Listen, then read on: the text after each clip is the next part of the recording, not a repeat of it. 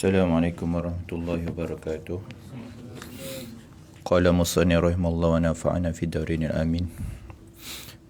Kelebihan solat, hadis yang kedua. Sayyidina Abu Dzar radhiyallahu an berkata, suatu ketika Nabi Muhammad sallallahu alaihi wasallam keluar pada musim sejuk semasa daun-daun gugur. Lantas baginda sallallahu alaihi wasallam memegang dahan dari sebatang pokok, maka daun-daun tersebut mulai gugur dengan lebat dari dahan tersebut. Baginda sallallahu alaihi wasallam bersabda, "Wahai Abu Dzar," saya menyahut, "Saya ya Rasulullah." Kemudian baginda sallallahu alaihi wasallam bersabda, apabila seseorang Islam menunaikan solat untuk mendapat keredaan Allah Subhanahu wa taala, dosanya gugur seperti gugurnya daun-daun ini dari pokok. Hadis riwayat Ahmad.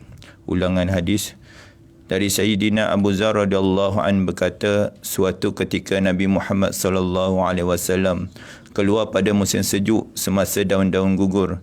Lantas baginda sallallahu alaihi wasallam memegang dahan dari sebatang pokok, maka daun-daun tersebut mulai gugur dengan lebat dari dahan tersebut. Baginda sallallahu alaihi wasallam bersabda, "Wahai Abu Dzar," saya menyahut, "Saya ya Rasulullah." Kemudian baginda sallallahu alaihi wasallam bersabda, apabila seseorang Islam menunaikan solat untuk mendapat keredaan Allah Subhanahu wa taala, dosanya gugur seperti gugurnya daun-daun ini dari pokok. Ulangan hadis. Dari Sayyidina Abu Dzar radhiyallahu an berkata, suatu ketika Nabi Muhammad sallallahu alaihi wasallam keluar pada musim sejuk semasa daun-daun gugur. Lantas baginda sallallahu alaihi wasallam memegang dahan dari sebatang pokok, maka daun-daun tersebut mulai gugur dengan lebat dari dahan tersebut. Baginda sallallahu alaihi wasallam bersabda, "Wahai Abu Dzar," saya menyahut, "Saya ya Rasulullah." Kemudian baginda sallallahu alaihi wasallam bersabda, apabila seseorang Islam menunaikan solat untuk mendapat keredaan Allah Subhanahu wa taala, dosanya gugur seperti gugurnya daun-daun ini dari pokok. Hadis riwayat Ahmad.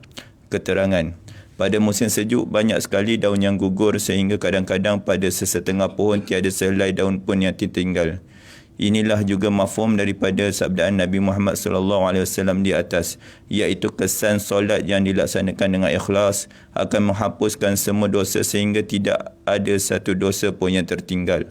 Walau bagaimanapun, satu perkara perlu diberi perhatian, iaitu rumusan daripada kajian yang mendalam yang dibuat oleh para alim ulama berdasarkan Al-Quran dan hadis menyatakan bahawa hanya dosa kecil sahaja yang akan terampun melalui solat dan amalan-amalan kebaikan yang lain. Dosa besar tidak terampun tanpa bertaubat. Oleh itu, di samping mengerjakan solat, kita hendaklah juga mengambil berat untuk bertaubat dan beristighfar, dan janganlah mencuaikan perkara-perkara ini. Lainlah jika Allah Subhanahu wa taala mengampunkan dosa besar seseorang dengan limpah rahmatnya. InsyaAllah tuan-tuan, hadis yang kita dengar hari ini kita cuba amalkan dan sampai kepada yang tiada hadir pada hari ini. Jadi kita tangguh dengan tasbih kifarah dengan suratul As. Subhanakallahumma wa bihamdika asyhadu an la ilaha illa anta astaghfiruka wa atubu ilaik. Wal 'asri innal insana lafi khusr illa alladzina amanu wa amilus solihati wa tawassaw bil haqqi wa tawassaw bis sabr. Assalamualaikum warahmatullahi wabarakatuh.